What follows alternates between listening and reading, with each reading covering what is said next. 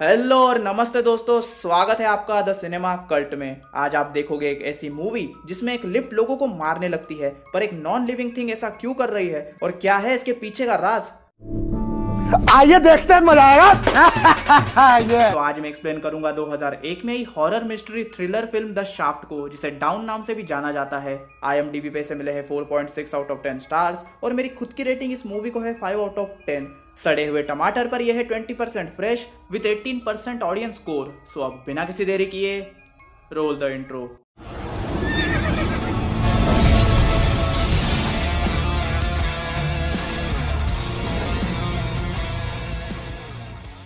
Movie शुरू होती है न्यूयॉर्क सिटी के मिलेनियम बिल्डिंग के दो ठरकी सिक्योरिटी गार्ड्स को दिखाते हुए, जो टेलीस्कोप से नुक्कड़ के उस तरफ की बिल्डिंग में रह रही औरत को देख रहे होते हैं। जिसके बाद वो दोनों एलिवेटर यानी लिफ्ट की तरफ जाते हैं, जहां उनमें से एक को बाथरूम जाना पड़ता है। और जब तक वो बंदा बाथरूम में था, उसका कलीग नोटिस करता है कि एलिवेटर बरोबर काम नहीं कर रहा था। तभी लिफ्ट का दरवाजा अचानक से बंद होता है, जिससे उस सिक्योरिटी गार्ड की फ्लैशलाइट टूट जाती है।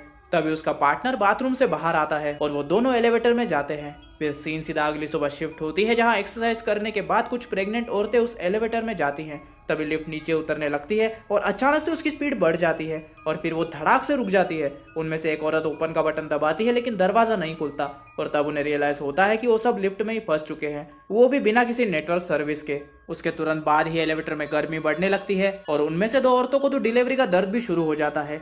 यहाँ बाहर दो मैकेनिक लिफ्ट का दरवाजा खोलने की कोशिश करते हैं, लेकिन कोई फायदा नहीं होता। तभी लिफ्ट फिर से तेजी से नीचे जाने लगती है, वो भी बिना इलेक्ट्रिसिटी के। पर आखिर में वो लिफ्ट ग्राउंड फ्लोर पर जाकर रुकती है, जहां उन दो औरतों ने तो बच्चों को जन्म भी दे दिया था। फिर सीन एक रेस्टोरेंट पे शिफ्ट होता है, जहां हम मार्क न्यूमैन नाम के मैकेनिक को देखते हैं, जो जानी पहचानी एलिवेटर कंपनी में काम करता था। तभी वहां एक आदमी उसे मुक्का मारता है, क्योंकि जब वो आदमी वहां की एक वेट्रेस से बात कर रहा था, तब मार्क ने बीच में अपना मुंह डाला था, मतलब उनके बीच में बोलने की कोशिश की थी। तभी मार्क के कलीग जेफ को मिलेनियम बिल्डिंग के खराब लिफ्ट के बारे में कॉल आता है और वो दोनों अपना ऑर्डर किया हुआ खाना छोड़कर सीधा मिलेनियम बिल्डिंग के लिए निकल जाते हैं। वहीं दूसरी तरफ जर्नलिस्ट जेनिफर एवांस को मिलेनियम बिल्डिंग भेजा जाता है, ताकि वो वहां हुए इंसिडेंट्स के बारे में लिख सके। तभी जेनिफर वहां पहुंचकर देखती है कि उन औरतों को लिफ्ट से बाहर निकाला जा रहा था और उसी वक्त मार्क और जेब भी वहां लिफ्ट ठीक करने आते हैं। तो मिलेनियम बिल्डिंग का एक एम्प्लॉय उन्हें वहां के इंजन रूम में ले जाता है, जहां वो उन्हें बताता है कि उसके एक कॉलीग ने अपनी ही घर में खुदकुशी कर ली। फिर वो उन्हें बताता है कि कल रात बहुत ही खतरनाक बिजली आई थी, तो शायद उसकी वजह से लिफ्ट खराब हुई हो। जिस पर जेब बोलता है ये सब बकवास है। तो वो एम्प्लॉय तुरंत ही वहां से निकल जाता है, जिसके बाद वो दोनों अपनी इन्वेस्टिगेशन करते हैं, पर उन्हें एलिवेटर में कोई भी खराबी नहीं मिलती। फिर सीन एक सलून में शिफ्ट होती है, जहां मिस्टर फेथ नाम का एक अंधा आदमी बैटमैन के जोकर की तरह अपने बालों को हरा रंग लगवा के सलून से बाहर निकलता है। जिसके बाद वो एलिवेटर में जाता है, पर वो एलिवेटर उसे गलत फ्लोर पे लेके जाता है। तभी लिफ्ट का दरवाजा खुलता है और मिस्टर फेथ को रियलाइज होता है कि लिफ्ट के बटन ढंग से काम नहीं कर रहे, तो वो दूसरी लिफ्ट से जाने का फैसला करता है। तभी लिफ्ट का दरवाजा खुलता है और हम देखते हैं कि वहां तो लिफ्ट ही नहीं थी और नीचे गहरी खाई थी। उसका कुत्ता भौंक के उसको वार्न करने की कोशिश करता है, पर मिस्टर फेथ को वो वार्निंग समझ नहीं आती और वो सीधा एलिवेटर शाफ्ट में गिर जाता है और साथ ही अपने कुत्ते को भी अपने साथ खींच लेता है। अरे अंकल, उसकी रस्सी तो छोड़ देते। बट एनीवेज, फिर सीन मार्क पर शिफ्ट होती है, जो अपनी गर्लफ्रेंड से पैचअप करने उसके घर जाता है, पर तभी वो देखता है कि उसकी गर्लफ्रेंड तो कोई दूसरा पटा भी चुकी है। फिर बाद में हम मार्क को जेफ और उसकी फियोंसे के साथ एक रेस्टोरेंट में देखते हैं, जहां वो अपने ब्रेकअप के बारे में उन्हें बताते हुए पी पी के टल्ली हो रहा था और वो उनसे कहता है, रोशनी नाम था उसका। हम जैसे 7-8 लड़कों को अंधेरे में रखा था।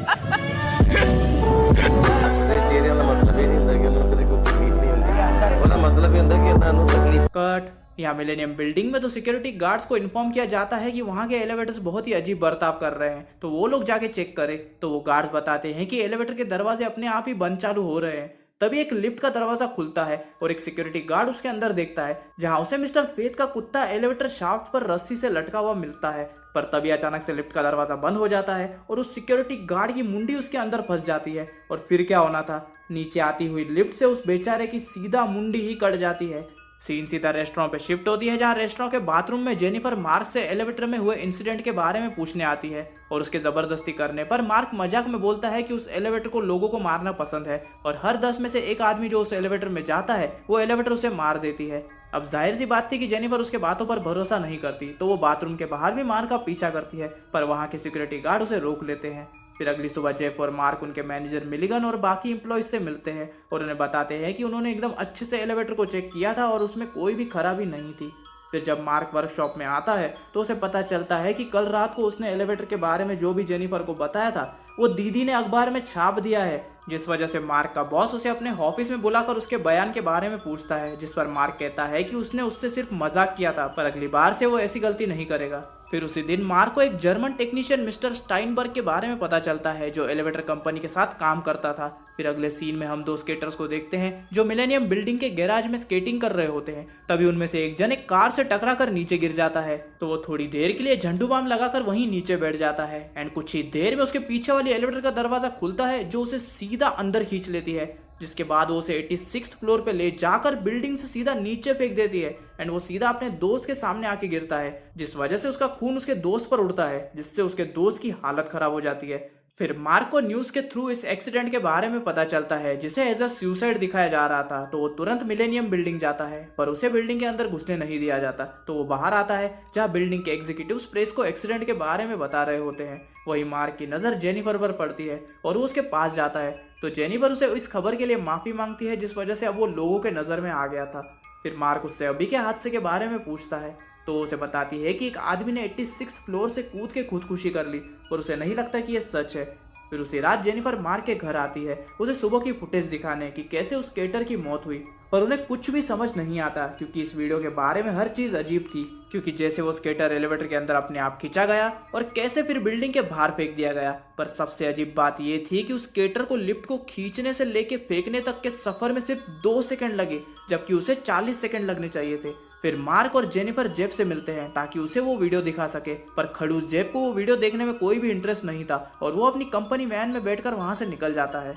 फिर रेस्टोरेंट में मार्क जेनिफर को बताता है कि एलिवेटर कैसे काम करता है, तो जेनिफर पूछती है कि इन सब में मिस्टर स्टाइनबर्ग कहाँ आता है। मार्क कहता है कि वो एलिवेटर के इलेक्ट्रॉनिक पार्ट्स को डिजाइन करता है, जिसके बाद जेनिफर के ऑफिस में ये दोनों स्टाइनबर्ग के बारे में सर्च करते हैं और उन्हें पता चलता है कि उसका पहला नाम गंटर है एंड उन्हें ये भी पता चलता है कि स्टाइनबर्ग एक बायो चिप्स के प्रोडक्शन में भी इन्वॉल्व था जिसमें डॉल्फिन्स के दिमाग को चिप में ट्रांसफर किया जाता था और उसने अपनी पिछली जॉब जाने के बाद इस एलिवेटर कंपनी को ज्वाइन किया था, जिससे जेनिफर को शक होता है कि जो भी हो रहा है उसमें स्टाइनबर्ग का भी हाथ है। जिसके बाद जेनिफर मार्क के साथ एक प्लान बनाती है कि वो लोग मिलेनियम बिल्डिंग में छुपके से घुस के इंजन रूम को चेक करने जाएंगे। अगली सुबह मिस्टर मुलिगन को एलिवेटर में जेफ की लाश मिलती है तो बिल्डिंग के एग्जीक्यूटिव्स प्रेस को ये बोलते हैं कि इसके पहले जितने भी हादसे हुए थे उसमें जेफ का हाथ था, जिसके बाद उसे पछतावा हुआ और उसने उसी एलिवेटर में खुदकुशी कर ली और एलिवेटर अब पूरी तरह सेफ है। अरे भाई कुछ तो शर्म कर लो। प्रेस कॉन्फ्रेंस के दौरान जेनिफर की नजर स्टाइनबर्ग पर पड़ती है और वो उससे बायोचिप्स के बारे में पूछती ही है कि तभी मार्क उसे अपने साथ खींचकर बाहर ले जाता है। बाहर वो जेनिफर को बताता है कि पहले उनके एक कलीग की मौत हुई और उसके बाद जेफ की एंड उसे शक है कि शायद उनको मालूम पड़ गया था कि चोली के पीछे का राज क्या है, आई मीन एलिवेटर के पीछे का राज क्या है। तभी वो दोनों सीधा टॉप फ्लोर पे पहुंच गए और शायद इसलिए अब इन सब का इल्जाम जेफ पर लगाया जा रहा है। जिसके बाद वो जेफ के फियांसे के पास जाते हैं जो उन्हें बताती है कि उनके पहले कलीग कोवाल्स्की की मौत भी सेम उसी तरह हुई थी जैसे जेफ की हुई है। तो वो लोग कोवाल्स्की की बीवी के घर जाते हैं जहां उन्हें घर में कोई भी नहीं मिलता और एक रूम में उन्हें कोवाल्स्की की फोटो मिलती है। तभी पीछे से कोवाल्स्की की बीवी आती है जो उन्हें बताती है कि कोवाल्स्की किसी एक्सीडेंट से नहीं मरा था बल्कि उसकी हत्या हुई है और उनके हिसाब से उसकी आत्मा अब भी एलिवेटर को हॉन्ट करती है। जब वो उनसे पूछते हैं कि आखिर एलिवेटर का माजरा क्या है तो वो बोलती है कि जिसे भी एलिवेटर का राज पता चलता है वो राज भी उसी के साथ चला जाता है एंड ये सब अभी खत्म नहीं हुआ बल्कि आगे इससे भी बदतर होगा। जिसके बाद सीन मिलेनियम बिल्डिंग पे शिफ्ट होती है जहां बहुत से लोग लिफ्ट के अंदर जाते हैं, जिसके बाद लिफ्ट अचानक से खतरनाक स्पीड से ऊपर जाने लगती है जिससे लिफ्ट का फ्लोर ही उखड़ जाता है और लिफ्ट सीधा बिल्डिंग के बाहर, जिस वजह से उसके अंदर मौजूद सारे लोग मारे जाते हैं। तो वहां के प्रेसिडेंट एक स्टेटमेंट देते हैं कि ये सब आतंकवादियों का काम है। What? और अब वो लोग इन टुच्चे आतंकवादियों को खत्म करके ही मानेंगे। जिसके बाद हम मार्क के बॉस को स्टाइनबर्ग के साथ एक कार में देखते हैं जहां उसे पता था कि सटकेल स्टाइनबर्ग ने एलिवेटर के साथ क्या कांड किया है, पर अब वो चाहता है कि सटकेल स्टाइनबर्ग कोई भी सोल्यूशन निकाल कर ये सब रोक दे। जिस पर सटकेल स्टाइनबर्ग कहता है कि उसे अफसोस है कि अब ये सब रोका नहीं जा सकता। दूसरी तरफ मिलेनियम बिल्डिंग को सील कर दिया जाता है क्योंकि FBI वहां पूरे बिल्डिंग की छानबीन करने आई थी। अब बिल्डिंग के अंदर घुसने के लिए जेनिफर एलिवेटर कंपनी की वैन लेकर जाती है ताकि FBI को लगे कि वो वहां की एम्प्लॉय है और मार्क पीछे छुपा हुआ रहता है।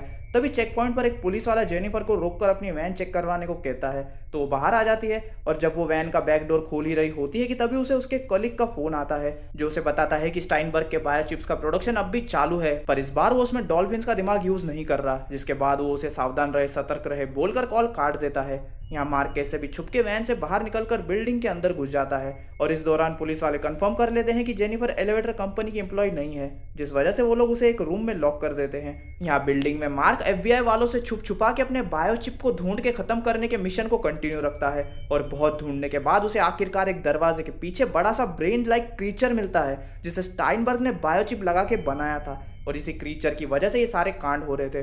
तो मार्क बिना टाइम गवाए उस बिग ब्रेन को घपाघप चाकू मारने लगता है, पर तभी एक जलती हुई लिफ्ट उसके ऊपर गिरती है जिस वजह से उसे वहां से निकलना पड़ता है। पर थोड़ी ही देर बाद मार्क वहां रॉकेट लॉन्चर के साथ आता है और ये इसने शायद FBI वालों से ढापा था, चुराया था।